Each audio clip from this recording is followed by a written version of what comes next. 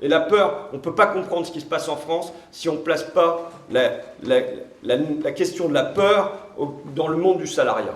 Moi, je crois qu'il y a à reconstruire un bloc historique, et que ce bloc historique, il doit rallier les deux cœurs sociologiques traditionnels de la gauche. Je suis de gauche, je ne vais pas mettre mon drapeau dans ma poche, même pour l'écologie. Donc voilà, je suis pour une écologie de gauche, c'est clair, mais les deux cœurs sociologiques de la gauche, c'est quoi? C'est les prolos, pour faire bref, et les profs. En gros, comme marqueur, vous voyez, les classes populaires et la petite bourgeoisie intellectuelle dont je suis. Voilà, en gros. Ce qui s'est passé, c'est que la mondialisation a tracé comme un fil à couper le beurre entre les vainqueurs et les vaincus. Et que du côté des vaincus, on a vu le taux de chômage chez les ouvriers qualifiés, non qualifiés être multiplié par 4 ou 5. Ça veut dire que toute famille vit avec cette angoisse-là. Et de l'autre côté, les vainqueurs, ou enfin ceux qui ont proclamé que la mondialisation était heureuse, qui grosso modo, dans les professions intermédiaires, le taux de chômage, il reste aux alentours de 5%, donc il n'y a rien de dramatique de ce côté-là. Et donc il y a eu une division sociale, une division économique qui a produit une division politique. Et aujourd'hui, la grande question pour nous, c'est est-ce que l'écologie est l'occasion à la place de diviser, de réunir. C'est-à-dire qu'il y en a qui ont vu comment la mondialisation, elle venait les prendre de front et les impacter de front. Et aujourd'hui, il peut y avoir une conscience qui s'élève chez les éduqués, pour ainsi dire, comme quoi la mondialisation, elle produit des dégâts sur le terrain écologique. Est-ce qu'on arrive à réunir ces deux-là? Alors ensuite, sur la question du haut et du bas, moi je suis pour le dépassement des contradictions et je pense qu'il faut faire les deux.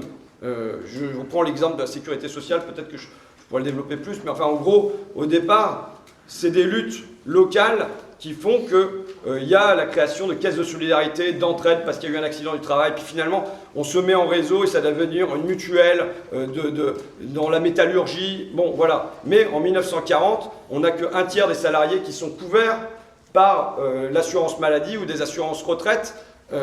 Et c'est la généralisation en 1945 par Ambroise Croizat qui fait que la sécurité sociale va s'étendre à tous les salariés. Eh bien, donc c'est un mouvement, je pourrais même le préciser encore, mais qui est à la fois par le bas, puis par le haut. Et en fait, Ambroise Croizat, quand il le fait, il continue de s'appuyer sur le bas en disant « construisez-les, ces caisses de sécurité sociale, amenez-nous les papiers parce que les gens n'ont pas l'habitude de ça ». Et si on ne pense pas de conjointement le bas et le haut, de la même manière, on ne pourra pas transformer par exemple l'agriculture. J'étais cet après-midi à Langouette avec Daniel Cueff, enfin pas Daniel Cueff, c'était son premier adjoint, mais dans la commune de Daniel Cueff. Mais si jamais, de manière conjointe, il n'y a pas une poussée par en bas avec des tas d'initiatives qui sont en train de se prendre, mais qui à un moment exigent une loi qui vienne favoriser ça, le généraliser, introduire un certain nombre de limites et aussi, je le rappelle, des garanties des prix pour les producteurs. Prix plancher pour les producteurs, prix plancher pour les producteurs. On n'entraînera pas le monde agricole derrière nous, avec nous, si jamais on n'impose pas une rémunération correcte pour les producteurs. Si de manière conjointe à la transformation du modèle agricole, on n'impose pas une meilleure rémunération pour les agriculteurs, par exemple, on n'y arrivera pas. Et donc pour moi, je suis pour le haut et le bas dans un mouvement dialectique, quoi. Voilà. Je me permets de dire un mot, parce que quand je parle de Front populaire écologique, je construis un parallèle avec le Front populaire tout court. Je dis, le Front populaire, premièrement, il est né d'une volonté des gens en bas.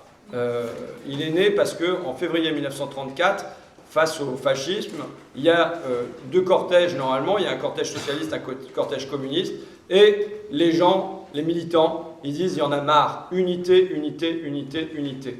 Et c'est de là que ça va démarrer.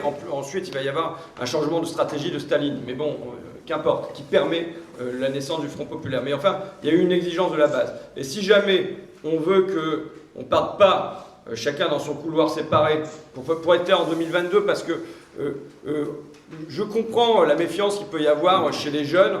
Et je veux dire, moi, mon journal, c'était le slogan, c'était ce journal n'est lié à aucun parti, aucun syndicat, aucune institution, il est fâché avec tout le monde ou presque.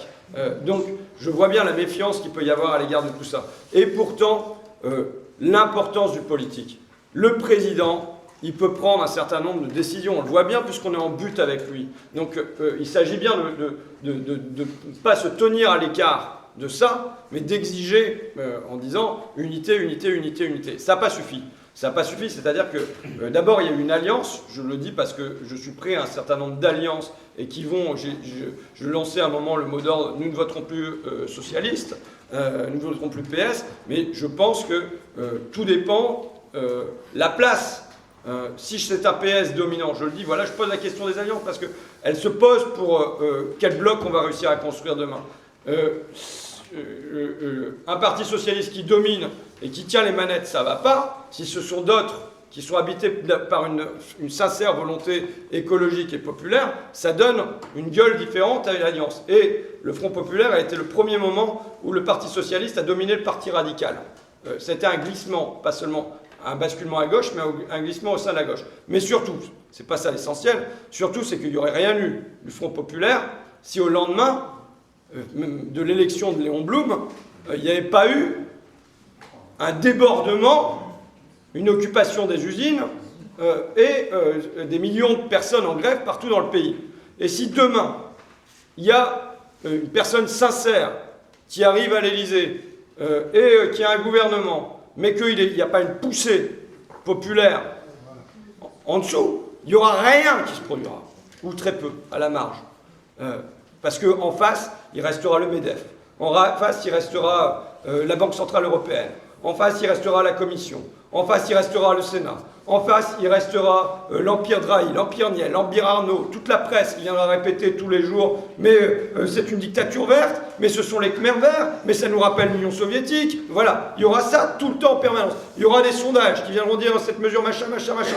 Il y aura ça tout le temps. Si jamais il n'y a pas le peuple qui, comme un bélier, vient pousser le gouvernement, il n'y aura rien qui se fera, ou peu. Mais ça ne sera pas seulement de la faute du gouvernement, ça sera pas parce que le peuple, il ne s'est pas bougé. Et donc voilà, quand j'en appelle à un Front populaire écologique, c'est en appeler à une poussée par le dessous aussi, à une alliance. Il faut qu'il y ait une alliance, mais il faut qu'il y ait une poussée par le dessous. Et si jamais il n'y a pas ça, je crains que la bascule, pour ainsi dire, ne se fasse pas. Merci beaucoup. Je vais laisser